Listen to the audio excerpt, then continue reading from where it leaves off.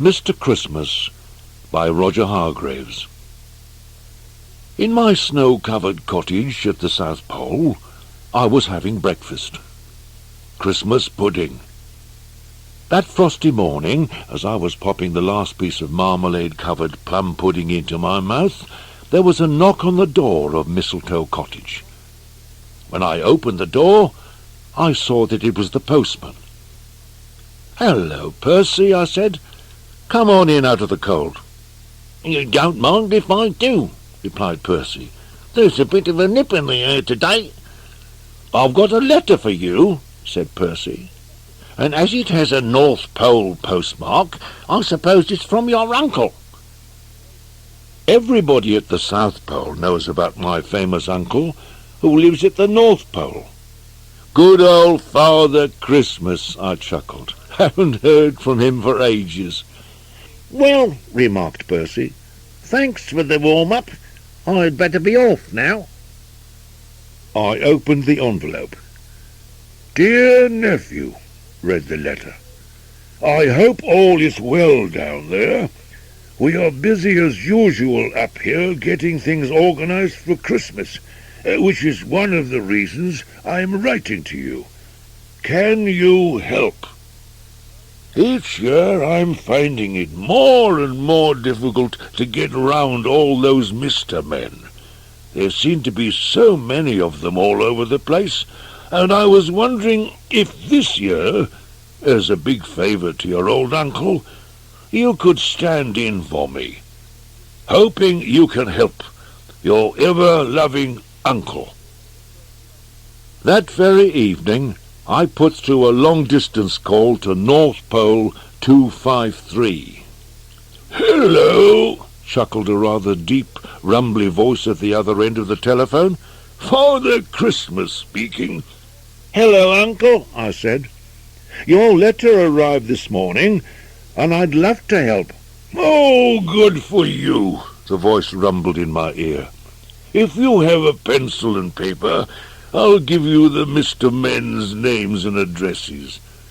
"I've no idea there were so many of them," I said. "Do you think you can manage?" asked my famous uncle. "I'll lend you a couple of reindeer if you like." "Oh, no," I said. "I can manage." I read through the list of Mr. Men while I was having supper. "This is going to keep me busy," I said. "First things first," I thought to myself, "and the first thing I need is transport.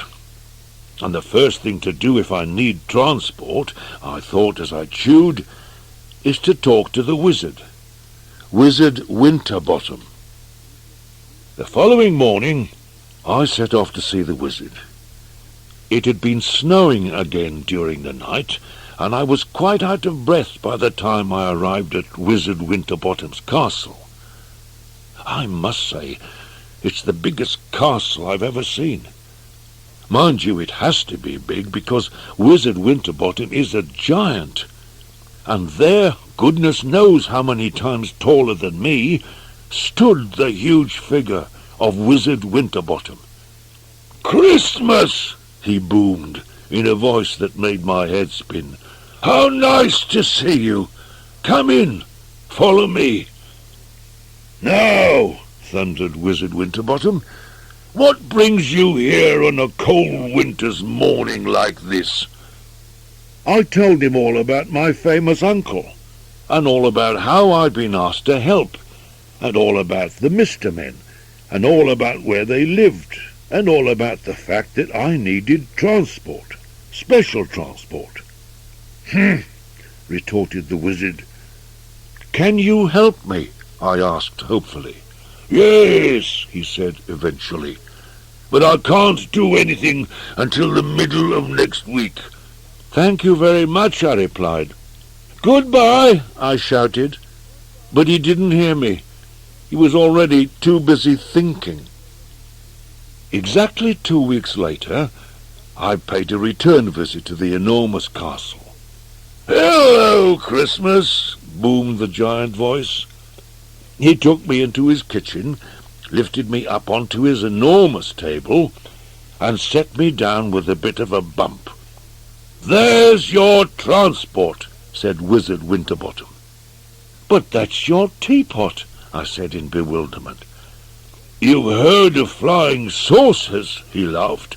"Well, you're looking at the world's first flying teapot." "Gosh," I said, "how does it work?" "Tea bags," came the thunderous reply. "I put an engine inside the spout.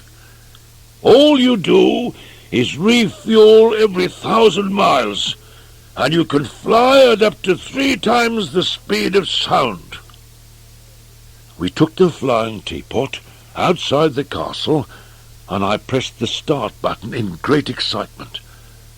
I zoomed right around the South Pole in no time at all, and landed safely back at the castle. "Well?" asked Wizard Winterbottom. I was lost for words. "Fan-jolly-tastic?" suggested the wizard. I grinned. "Abso-jolly-lutely," I replied. That evening I sat down and made a list of Christmas presents for all the Mister Men. Another list. A very long list. I didn't finish until 3 o'clock in the morning. I spent the next week and a half wrapping up all the presents, and almost before I knew it, December the 24th arrived. Christmas Eve. It's going to be a long day, I thought to myself, as I packed all the brightly coloured parcels into my flying teapot. It was snowing lightly as I took off from the South Pole. That Christmas Eve was indeed a very long day, and a very long night too. And the moon was just disappearing over the horizon of Loudland when I delivered the last of the presents to Mr. Quiet. I was quite exhausted. Christmas morning dawned, and all over the world everyone started to open their presents. At 7 o'clock, Mr. Fussy opened his present. 365 yellow dusters, one for every day of the year. At 7:05, Mr. Small opened his present. 1 jelly bean, gift-wrapped, banana-flavoured, a feast. At 7:10, Mr. Greedy opened his present.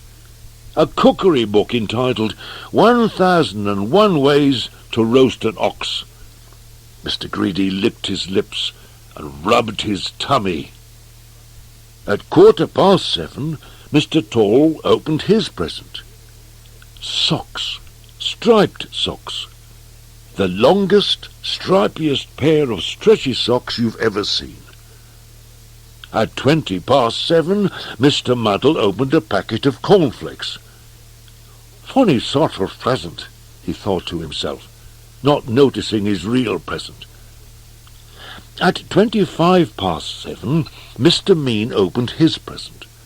A purse, A very, very small purse, just small enough not to take any money.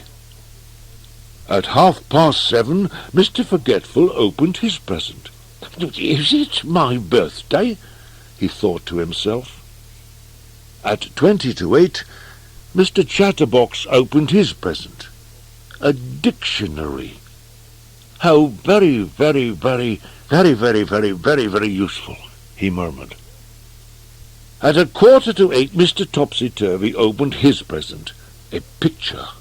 "How nice," he said, as he hung it on the wall, upside down.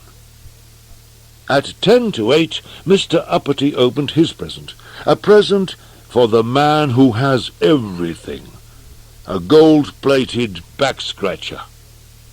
At 7:55, Mr. Funny opened his present. A book of knock-knock jokes. Knock-knock, who's there? You know the sort of thing.